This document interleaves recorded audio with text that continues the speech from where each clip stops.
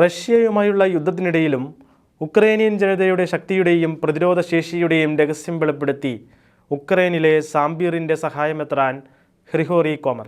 ദിവ്യബലിയിൽ നിന്നാണ് തങ്ങൾ ശക്തി കണ്ടെത്തുന്നത് എന്നാണ് അദ്ദേഹം വെളിപ്പെടുത്തിയത്. ക്വിറ്റോയിൽ നടക്കുന്ന അന്താരാഷ്ട്ര ദിവ്യകാരുണ്യ കോൺഗ്രസിൽ നടത്തിയ പ്രസംഗത്തിലായിരുന്നു ഈ വെളിപ്പെടുത്തൽ. ഏകദേശം 3 വർഷമായി രാത്രിയും പകലും ഒരുപോലെ പ്രാർത്ഥനകളുള്ള ഇടവകകൾ ഞങ്ങൾക്കുണ്ട്. രാവും പകലും പ്രാർത്ഥിക്കാൻ ആളുകൾക്ക് അവരുടെ ഊഴമുണ്ട്. കുർബാനയാണ് ഞങ്ങളുടെ ശക്തി.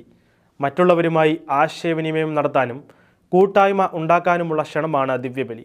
അതായത് ഏറ്റവും ദുഷ്കരമായ നിമിഷങ്ങളിൽ ജനങ്ങളോടൊപ്പം ഉണ്ടായിരിക്കുകയും ജനങ്ങൾക്ക് വേണ്ടി ജീവൻ നൽകാനും വിശുദ്ധ കുർബാനയ്ക്ക് സാധിക്കുന്നുവെന്ന് 2022 ആരംഭിച്ച യുദ്ധത്തെ പരാമർശിച്ചുകൊണ്ട് മെത്രാൻ പറഞ്ഞു. വിശുദ്ധ കുർബാന ക്രിസ്തുവിൻ്റെ സഹനങ്ങളിലും പുനരുദ്ധാനത്തിലും പങ്കെടുക്കാനുള്ള ക്ഷണമാണ്. മരണത്തെ ജയിച്ചവനും ഉയർത്തെഴുന്നേറ്റവനും ജീവൻ നൽകുന്നവനുമായുള്ള കൂടിക്കാഴ്ചയാണത്.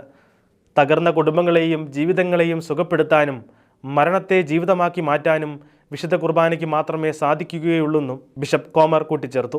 തൻ്റെ ജനങ്ങൾ അനുഭവിക്കുന്ന കഷ്ടപ്പാടുകളുടെ വ്യാപ്തിയെക്കുറിച്ച് കോമർ സംസാരിച്ചു.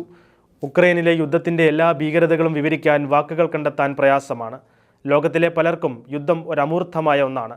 എന്നാൽ ഞങ്ങളെ സംബന്ധിച്ചിടത്തോളം ഇത് ഭയാനകമായ ഒരു യാഥാർത്ഥ്യമാണെന്നും അദ്ദേഹം പറഞ്ഞു.